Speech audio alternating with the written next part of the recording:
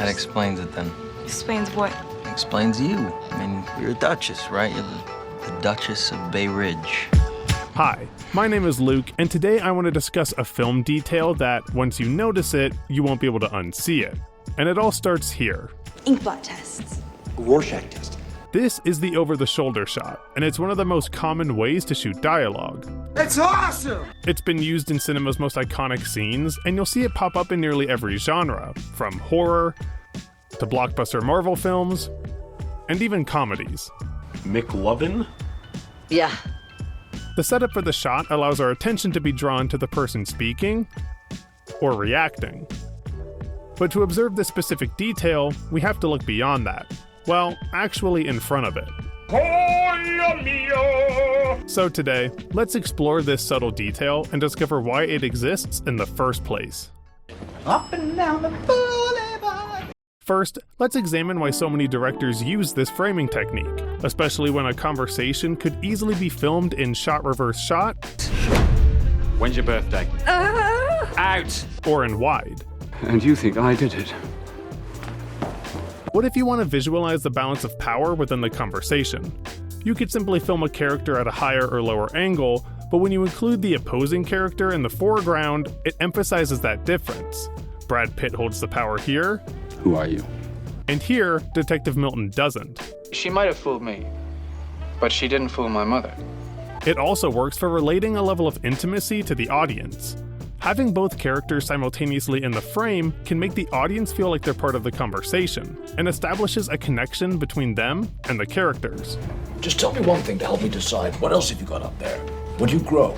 And the entire tone of the scene can change if the framing suddenly moves away from this. You don't know what you're talking about, do you? And the blocking is important too. Place your characters close together to indicate they have a close relationship. You're a fool if you thought I could ever love you again. Or have them move closer together when discussing something private. I might call one before long. You can also place them far apart to highlight the tension and emotional distance between them. What the fuck? But regardless of the blocking, the overarching purpose of the camera angle is to allow the audience to observe the characters giving and receiving information. I'm not your husband, and he's not the one you know. And it's here where this small detail comes into play, because oftentimes the foreground actor isn't synced to the rest of the scene. That's mighty noble of you. Most scenes undergo numerous takes, and during a conversation, this is almost always directly tied to the dialogue in the scene. Whom they called the Mad King. But what happens when the way the dialogue is read and the reaction you want come from different takes? Typically, this is where the editor comes in and does their best to match the audio in the scene to help the whole thing flow nicely. Matthew Fox from Lost? Yeah. You know what's interesting about him? What? Nothing. Sometimes, this results in some pretty glaring inaccuracies, but since the attention is focused on the other actor, this isn't usually noticed. But if you're like me and your eyes like to wander around the frame, these become hard to miss. You're still MJ from... The same thing happens in Crazy Rich Asians, I'll leave all of this behind. and in this scene from Taxi Driver. While Travis is talking, we see him shake his head, but during this pause in the conversation, he does the same shaking while moving his mouth, only for his head to be still once it cuts back to him.